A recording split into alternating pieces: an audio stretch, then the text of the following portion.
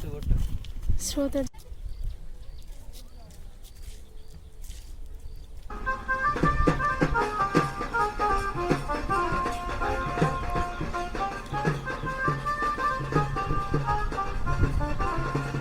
Good morning friends, আমি দীপশিখা। আমার চ্যানেলে সবাইকে স্বাগত জানিয়ে আজকের ব্লগ শুরু করছি সকাল 7টা থেকে। তোমরা ভিডিওটা শেষ পর্যন্ত দেখতে থাকো, আশা করি ভালো লাগবে।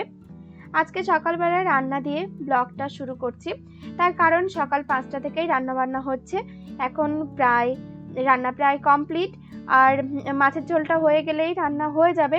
তো আজকের মেনুতে ছিল মাছের ঝোল, আর কাঁচকলা, আলু, উচ্ছে দিয়ে শুক্তো, আর কচুরমুখী দিয়ে একটা পদ, আর ছিল ডাল। তো এত সকাল সকাল রান্নার কারণটা হলো আজকে মাসিরা, মামারা আজকে সবাই বাড়ি চলে যাবে। তো ওরা রায়মঙ্গল নদীর ওপারে যাবে, আর আমাদের এখানে বোটগুলো একটা নির্দিষ্ট টাইমে চলে, সব সময় পাওয়া যায় না। বোট ধরার তাড়া থাকার জন্য তাড়াতাড়ি খেয়ে বেরিয়ে পড়বে। তো আর ওরা খেতে বসেও পড়েছে। মা, মাসি আর মেসো এরা তিনজনে কিন্তু নিরামিষ খাবে, তো ওরা আমিষ খায় না। আর এই দেখো সবাই এক এক করে বেরিয়ে পড়েছে রেডি হয়ে। সবাই খাওয়া দাওয়া করে বিশ্রাম নিয়ে 8:30 9টা নাগাদ বেরিয়েছে। 7:30টার দিকে খাওয়া দাওয়া সেরে নিয়েছিল। যে হলো আমার মাসি, আর এখানে আমার সোনা বাবাকে আমার দাদার মেয়ে আদর করে দিচ্ছিল। আর এই যে হলো আমার দাদা, আমার সেজ মাসির ছেলে। আর এখানে এই যে আমার মামা।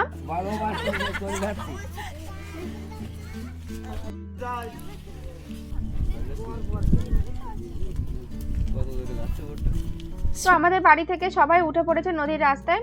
এই নদীর রাস্তা দিয়ে ওরা বাজারের ঘাটে গিয়ে বোট ধরবে। বাজার প্রায় 20 মিনিটের রাস্তা। ওরা যে রাস্তা দিয়ে গেল তার অন্যদিকে যে রাস্তাটা চলে গেছে সেখানেও কিন্তু একটা ঘাট রয়েছে। আমাদের বাড়ি থেকে একটু কাছেই হয়, কিন্তু ওখানে কোনো বোট এখন এই সময়ে থাকে না।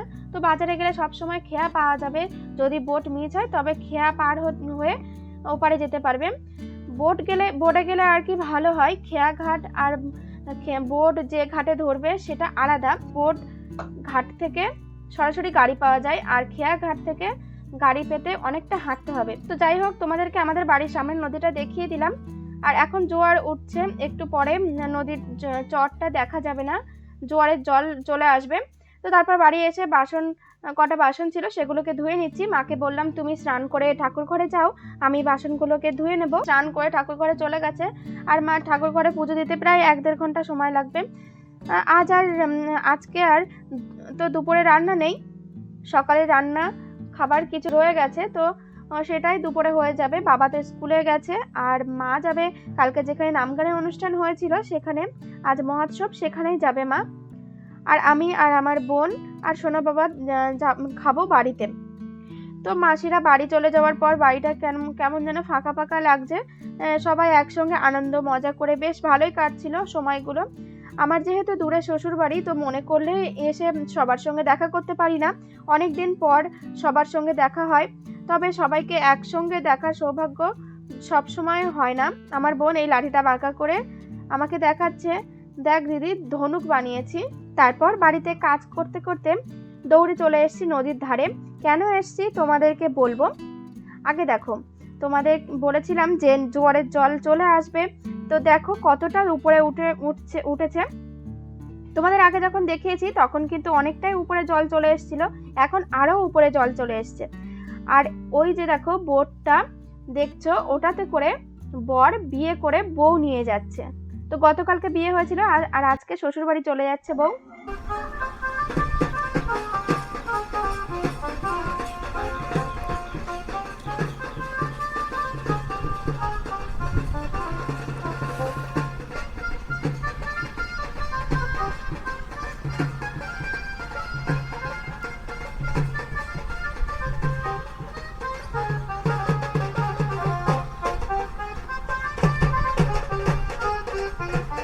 তো আমাদের এখানে বোটে করে বিয়ে করতে যায়, আর পালকিতে করে। এই বোট থেকে নেমে তারপর বর বউকে তোলা হবে পালকিতে, আর সঙ্গে থাকে বেয়ারা, ব্যান্ড পার্টি আর নাচকর, অর্থাৎ ছেলেরা মেয়ে সেজে নাচ করে। 1জন কি 2জন থাকে, জানি না তোমাদেরকে বোঝাতে পারলাম কিনা। আর হ্যাঁ, তার সঙ্গে থাকে বরযাত্রী। আমাদের সুন্দরবনের মতো ঐতিহ্যবাহী বিয়ে আমি কিন্তু আর কোথাও দেখিনি। আর জানো তো, আমরা আগে কিন্তু পাড়ায় বা দূরে কোথাও বিয়ে হলে ছুটে চলে যেতাম বউ দেখতে আর নাচনির নাচ দেখতে। সে সমস্ত দিনের কথা ভাবলে মনে হয় স্বপ্ন। আর বউকে দেখে ভাবতাম কবে যে ওখানটায় বসতে পারবো, কি সুন্দর সেজে পালকির মধ্যে বসে থাকবো আর বেয়ারা কাঁধে কাঁধে করে নিয়ে যাবে, সবাই আমাকে ছুটে দেখতে আসবে। তো এটা একটা আলাদাই দৃশ্য, কিন্তু সেটা আমার ভাগ্যে আর হয়নি। তবে বন্ধুরা, গ্রাম বাংলার বিয়ে বাড়ি আর শহরের বিয়ে বাড়ির মধ্যে আকাশ পাতাল পার্থক্য, সেটা বড় হয়েই বুঝলাম।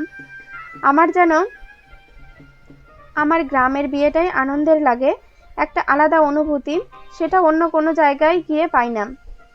কি আর করা যাবে, ছোটবেলার স্মৃতিগুলোকে নিয়েই থাকতে হবে, সেটা আর তো আর ফিরে আসবে না। তো যাই হোক, আমি এখানে নদীর জলটাতে হাত দিচ্ছিলাম, এত কাছে চলে এসেছি, তো জলটা দেখে একটু ছুতে ইচ্ছা হলো। আর এই জলটা নোনা, তাই আমরা স্নান করি না, খুবই নোনা আর ঠান্ডা জল। আমি একটা গামছা মাথায় দিয়েছিলাম কারণ রোদ্দুর লাগছিল তাই জন্য। তো আমার মুখটা দেখে তোমরা বুঝতে পারছো যে আমার কতটা রোদ্দুর লাগছিল। আর এখন চলে যাব বাড়িতে। বাড়ি এসে বিকেলের দিকে বাবার সঙ্গে যাচ্ছি বাগানে কাঁঠাল পাড়তে। গাছে কাঁঠাল হয়েছে, তো ইঁচড়ের তরকারি খাবো। আগে দুটো পুকুর তোমাদেরকে দেখিয়েছি, এবার আরো দুটো পুকুর তোমাদেরকে দেখাবো। বাগানের দিকে যেতে এই যে একটা পুকুর, আর এই যে এদিকে একটা পুকুর। চলে এসেছি কাঁঠাল গাছতলায়। এখন কাঁঠালগুলো ছোট, তো এখন ইঁচড় খেতে ভালো লাগে না, তবুও ওই যে আমি বাড়ি চলে যাব, আবার কবে আসবো জানি না। বাবা কাঁঠাল পেড়ে ফেললো, একটাই নেব। এখানে আনারস গাছ রয়েছে আর রয়েছে লিচু গাছ, তবে আনারস গাছে এখনো ফল আসেনি, লিচু গাছেও তাই। আমাদের আর বাগানে আরো অনেক ফল গাছ রয়েছে, সবটা তোমাদের দেখালাম না কারণ বাগানে ঠিকঠাক লাইট পাচ্ছে না, ভিডিওতে ভালো বোঝা যাবে না। আর কাঁঠাল নিয়ে চললাম বাড়ির দিকে। আর এখানে দেখো কারি পাতা গাছ থেকে কত চারা বেরিয়েছে। এই দেখো আরো একটা পুকুর, এই পুকুরটা ছোট, সব পুকুরের জল প্রায় এই সময় শুকিয়ে গেছে। এখন বাড়ি চলে আসলাম।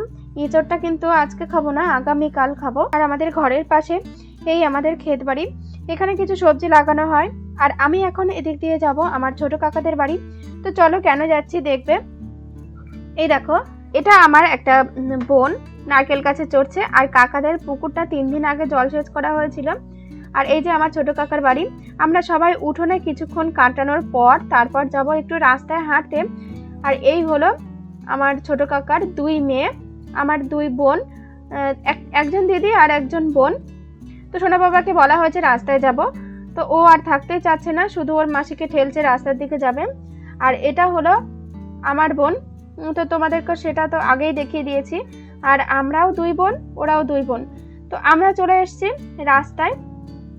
আমার পিছনের ব্যাকগ্রাউন্ডটা দেখো নদীর জলটা কতটা নিচে নেমে গেছে। তো বন্ধুরা, আজকের ভিডিওটা আমি এখানেই শেষ করব।